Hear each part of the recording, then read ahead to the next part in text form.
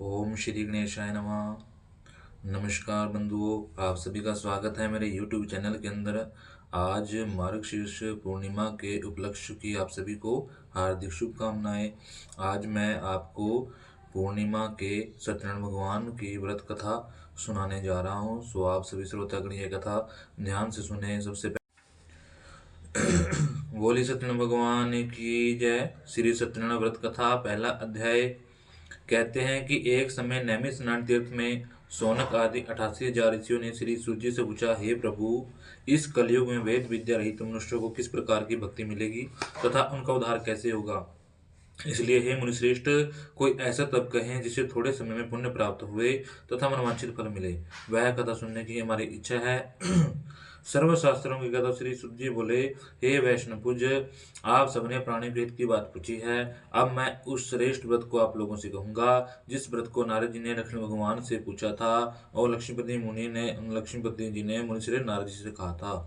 सो आप सभी श्रोतागण एक कथा ध्यान से सुने। एक समय की बात है, योगी राज नारद जी दूसरों के हित की इच्छा से अनेक लोकों में घूमते हुए मृत्यु लोक में आ पहुंचे। यहाँ अनेक योनि में जन्म है प्राय सभी मनुष्यों को अपने अपने कर्मों द्वारा अनेक प्रकार के दुखों से पीड़ित देखकर सोचा कि इस यत्न के करने से निश्चय ही प्राणी के दुखों का नाश हो सकेगा। ऐसा मन में सोचकर विष्णु लोक को गए। वहां श्वेत वर और 4 भुजाओं वाले देवों के नारायण को देखकर, जिनके हाथों में शंख चक्र गदा थी, उनको देखकर स्तुति करने लगे। कहने लगे कि हे भगवान, आप अत्यंत शक्ति से संपन्न हैं, मन तथा वाणी भी आपको नहीं बा सकती। आप भक्तों के दुखों को नष्ट करने वाले हो, आपको मेरा शत शत नमन है। नारद जी से इस प्रकार की स्तुति को पाकर विष्णु भगवान बोले कि हे मुनिश्रेष्ठ, आपके मन में क्या है, आपका किस काम के लिए यहाँ पर आगमन हुआ है, निसंकोच कहे। तब नारद मुनि बोले कि हे नाथ, मृत्यु लोक में सब मनुष्य जो अनेक योनि में पैदा हुए हैं अपने अपने कर्मों के द्वारा अनेक प्रकार के दुखों से दुखी हो रहे हैं। हे नाथ, यदि आप मुझ पर दया रखते हैं तो बताइए कि उन मनुष्यों के सब दुख थोड़े ही प्रयत्न से कैसे दूर हो सकते हैं। श्री भगवान बोलते हैं कि हे नारद, अति उत्तम मनुष्यों की भलाई के लिए तुमने बहुत उत्तम बात पूछी है। जिस काम के करने से मनुष्य मोह माया से छूट जाता है वह मैं तुमसे कहता हूँ। सुनो, बहुत पुण्य देने वाला स्वर्ग तथा मृत्युलोक दोनों में दुर्लभ एक उत्तम व्रत है। आज मैं प्रेम वश होकर तुमसे कहता हूँ, सत्यनारायण भगवान का यह व्रत अच्छी तरह विधि पूर्वक करके मनुष्य आयु पर्यंत यहाँ सुख भोग कर मरने पर मोक्ष को प्राप्त होता है। श्री भगवान के वचन सुनकर नारद मुनि बोले कि उस व्रत का क्या फल है, क्या विधान है और किसने यह व्रत किया है, किस दिन इस व्रत को करना चाहिए, विस्तार से कहें। तब भगवान बोले कि दुख शोक आदि को दूर करने वाला, धन धान्य को बढ़ाने वाला, सौभाग्य संतान को देने वाला, यह व्रत सब स्थानों पर विजय करने वाला है। भक्ति और श्रद्धा के साथ किसी भी दिन मनुष्य सत्यनारायण भगवान की प्रातः काल के समय, संध्या काल के समय बंधु सहित ब्राह्मणों के मंत्रों के उच्चारण के साथ धर्म प्रयाण होकर भक्ति भाव से भगवान के व्रत की कुल सामग्रियों को भगवान को अर्पण कराए और बंधुओं सहित ब्राह्मणों को भोजन कराए। पश्चात स्वयं भोजन करे और नृत्य गीत आदि का आचरण कर भगवान सत्यनारायण का स्मरण करते हुए समय को व्यतीत करे। इस तरह व्रत करके मनुष्य की इच्छा निश्चय ही पूरी हो जाती है। विशेषकर कली काल में भूमि पर यही मोक्ष का सरल उपाय है। बोले सत्यनारायण भगवान की जय। दूसरा अध्याय। सूत जी बोलते हैं कि हे ऋषियों, जिसने पहले समय में इस व्रत को किया है उसका इतिहास कहता हूँ, ध्यान से सुनो। सुंदर काशीपुरी नगरी में एक अत्यंत निर्धन ब्राह्मण रहता था। वह भूख और प्यास से बेचैन हुआ नित्य पृथ्वी पर घूमता था। ब्राह्मणों से प्रेम करने वाले भगवान ने ब्राह्मण को दुखी देखकर बूढ़े ब्राह्मण का रूप धारण कर उसके पास जा आदर से पूछा, हे विप्र, नित्य दुखी हुआ पृथ्वी पर क्यों घूमता है? श्रेष्ठ ब्राह्मण, अपनी व्यथा मुझसे कहो। ब्राह्मण बोला कि मैं निर्धन ब्राह्मण हूँ, भिक्षा के लिए पृथ्वी पर मारा फिरता हूँ। हे भगवान, यदि आप इसका कोई उपाय जानते हैं तो कृपया कर मुझे कहें। वृद्ध ब्राह्मण बोला कि सत्यनारायण भगवान वांछित फल देने वाले हैं, इसलिए हे ब्राह्मण देव, तू उनका पूजन कर, जिसके करने से मनुष्य सब दुखों से मुक्त हो जाता है। ब्राह्मण को व्रत का सारा विधान बतलाकर बूढ़े ब्राह्मण का रूप धारण करने वाले भगवान श्री सत्यनारायण भगवान अंतर्ध्यान हो गए। जिस व्रत को वृद्ध ब्राह्मण ने बतलाया मैं उसको अवश्य करूंगा। यह निश्चय कर उस ब्राह्मण को रात्रि में नींद नहीं आई और वह सवेरे उठा और वह भगवान सत्यनारायण का व्रत का निश्चय कर भिक्षा के लिए चल दिया। और उस दिन उसको भिक्षा में बहुत अधिक धन मिला, जिससे उसने बंधु बांधवों के साथ भगवान श्री सत्यनारायण का व्रत किया। इसके करने से वह ब्राह्मण सब दुखों से छूटकर अनेक प्रकार की संपत्ति से युक्त हुआ। उस समय से वह ब्राह्मण हर मास व्रत करने लगा। इस तरह सत्यनारायण भगवान के व्रत को जो करेगा वह मनुष्य सब दुखों से छूट जाएगा। इस तरह नारद जी से नारायण का कहा हुआ व्रत मैंने तुमसे कहा है, हे विप्रो, अब और क्या कहूँ। ऋषि बोले, हे मुनीश्वर, संसार में इस ब्राह्मण से सुनकर किस किसने व्रत को किया है, हम वह सब सुनना चाहते हैं। इसके लिए हमारे मन में श्रद्धा है। सूत जी बोले कि हे मुनियों, जिसने इस व्रत को किया है वह सब सुनो। एक समय एक ब्राह्मण धन और ऐश्वर्य के अनुसार बंधु बांधवों के साथ व्रत करने को तैयार हुआ। उसी समय एक लकड़ी बेचने वाला बूढ़ा आदमी आया और लकड़ियां को बाहर रखकर ब्राह्मण के मकान में चला गया। प्यास दुखी लकड़हारे ने ब्राह्मण को व्रत करते हुए देखकर नमस्कार कहा कर कहने लगा कि आप यह क्या कर रहे हैं, इसके करने से क्या फल मिलता है। तो ब्राह्मण बोला कि यह भगवान सत्यनारायण भगवान का व्रत है, सब मनोकामना को पूरा करने वाला है। इन्हीं की कृपा से मेरे यहाँ धन धन आदि की वृद्धि हुई है। ब्राह्मण से इस व्रत के बारे में जानकर लकड़हारा बहुत प्रसन्न हुआ। चरणामत लिया और प्रसाद खाने के बाद वह अपने घर को चला गया।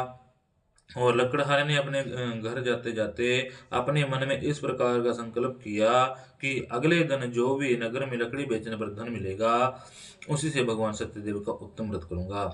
यह निश्चय कर वह लकड़ियां बेचने अगले दिन ऐसे नगर में गया जिस नगर में धनवान लोग रहते थे, और उस दिन उसको लकड़ियों का दाम पहले दिन से चौगुना मिला।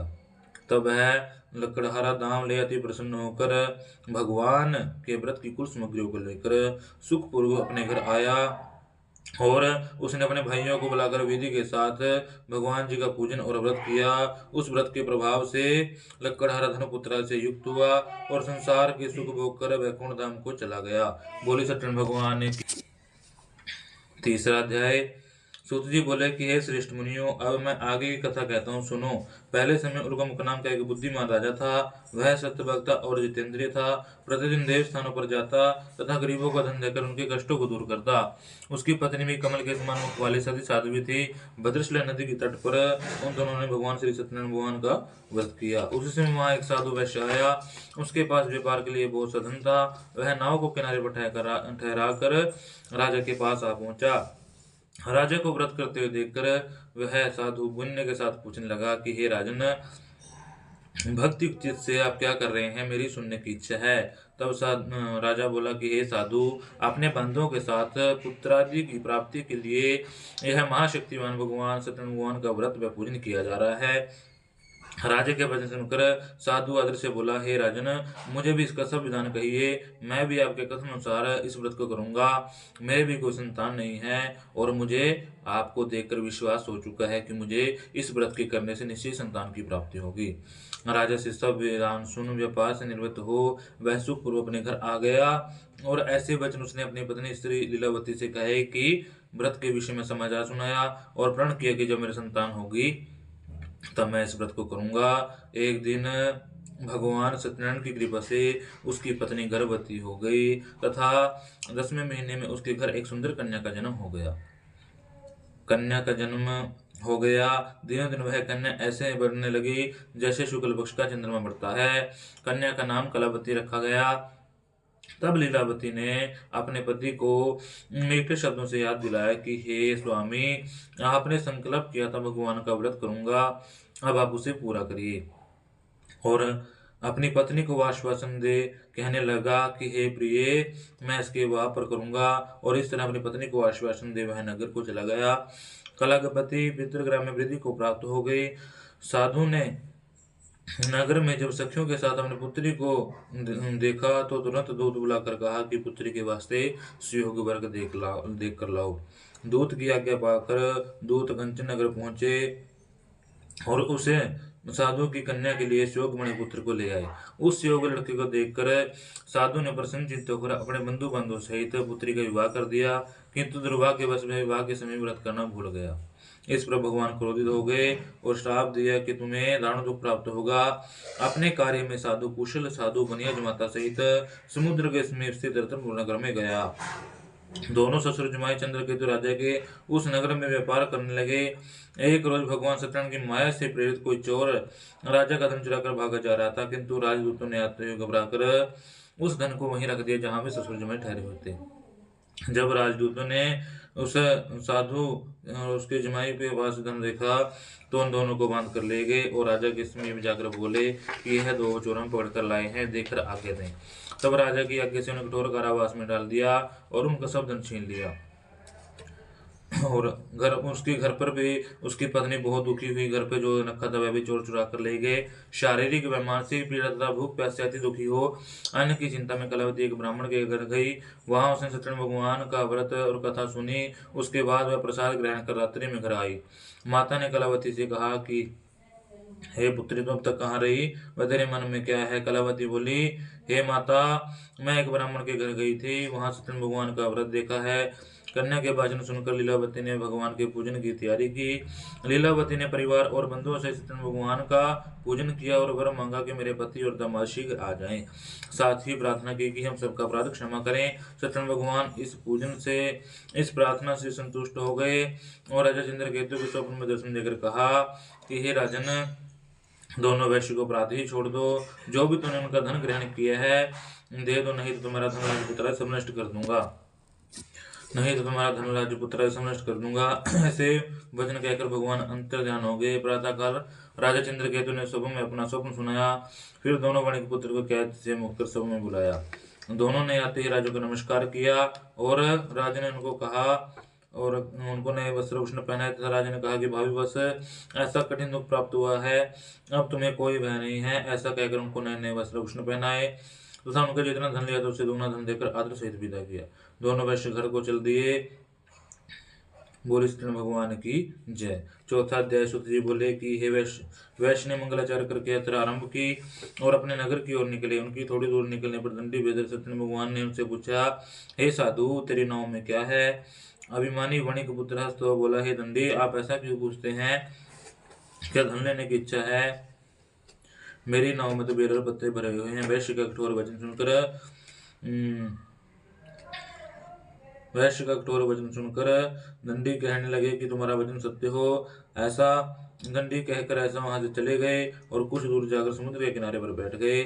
दंडी के जाने के बाद वैश्य ने नित्य क्रिया करने के बाद नाव को ऊंची उठी देखा और अचंभा किया। नाव में बेलपत्ते आदि देखकर मूर्छित हो जमीन पर गिरा। फिर मूर्छा खुलने पर अत्यंत शोक प्रकट करने लगा। तब उसका दामाद बोला कि आप शोक न करें, यह दंडी का श्राप है, तो उनकी शरण में चलना चाहिए, तभी हमारी मनोकामना पूरी होगी। तब दामाद के वचन सुनकर पश्चाताप करते हुए दंडी के पास पहुंचा और अत्यंत भक्तिभाव से नमस्कार करके बोला कि हे भगवान, आपकी माया से मोहित ब्रह्मा भी आपके रूप को नहीं जान सकते, तब मैं अज्ञानी कैसे जान सकता हूँ? आप प्रसन्न होइए प्रभु, मैं अपनी सामर्थ्य के अनुसार आपकी पूजा करूंगा प्रभु, और मेरी रक्षा करो प्रभु, और पहले के समान नौकों को धन से भर दो।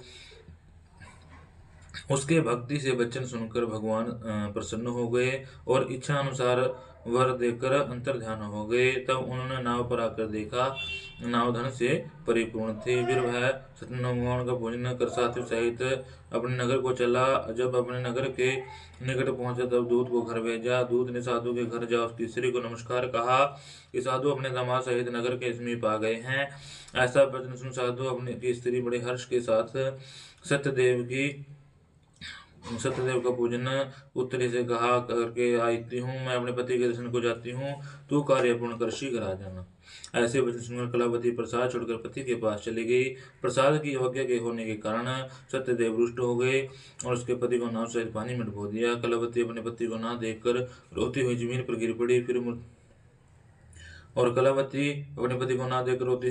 गिर पड़ी। इस तरह नौका को डूबा तथा कन्या को रोता देखकर साधु दुखित हो बोला, हे प्रभु, मुझसे मेरे परिवार से जो भी अज्ञानतावश अपराध हुआ उसे क्षमा करना।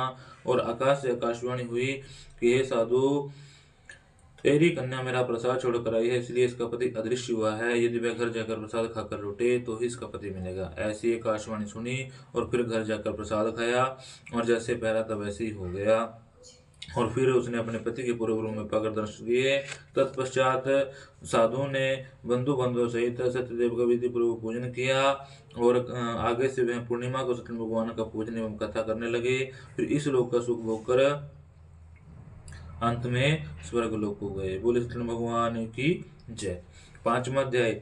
सुत जी बोले, हे ऋषियों, मैं और भी कथा कहता हूँ, सुनो। प्रजापाल में लीन त्रिगर्दन नाम का एक राजा था। उसने भी भगवान का प्रसाद त्याग कर बहुत दुख पाया। एक समय वन में जाकर वन पशुओं को मारकर वड़ के वृक्ष के नीचे आया। वहां उसने ग्वालों को भक्तिभाव से बंधुओं सहित सत्यनारायण भगवान का पूजन करते देखा। राजा अभिमान वश न तो वहां गया और न ही नमस्कार किया। जब ग्वालों ने भक्ति भाव से भगवान का प्रसाद उसके सामने रखा तो वह प्रसाद को त्याग कर अपनी सुंदर नगरी में चला गया। वहीं उसने अपना सब कुछ नष्ट पाया। वह जान गया कि भगवान की माया है, तब विश्वास कर ग्वालों के समीप आया और विधि पूर्वक पूजन कर प्रसाद खाया तो जैसे पहला था वैसे ही हो गया और दीर्घ काल तक सुख भोग कर मरणोपरांत स्वर्ग लोक को गया। जो मनुष्य इस परम दुर्लभ व्रत को करेगा, भगवान की कृपा से धन की प्राप्ति होगी। निर्धन धनी और बंदी बंधन से मुक्त निर्भय हो जाता है। संतानहीन को संतान की प्राप्ति होती है तो सब मनोरथ पूर्ण होकर अंत में वैकुंठ धाम को जाता है। जिन्होंने पहले इस व्रत को किया उनके दूसरे जन्म की कथा कहता हूँ। बृहदस्थानंद ब्राह्मण जो दूसरे अध्याय में था, सुदामा का जन्म लेकर मोक्ष को प्राप्त किया। उनका मुख नाम का राजा दशरथ होकर जो तीसरे अध्याय में राजा का जिक्र हुआ था उनके बारे में है। उनका मुख नाम का जो राजा था उन्होंने दशरथ होकर वैकुंठ धाम को प्राप्त किया।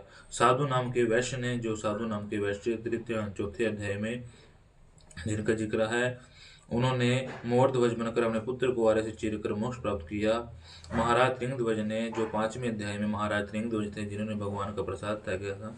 महाराज त्रिंगध्वज ने भगवान स्वयंभू होकर भगवान में भक्ति युक्त कर्म मोक्ष प्राप्त किया। बोले सत्यनारायण भगवान की जय। सियावर रामचंद्र भगवान की जय। आप सभी को यह कथा कैसी लगी कमेंट में बताइएगा जरूर, और ऐसी जानकारियाँ प्राप्त करने के लिए मेरे YouTube चैनल को सब्सक्राइब करिए और शेयर करिए। जय श्री राम।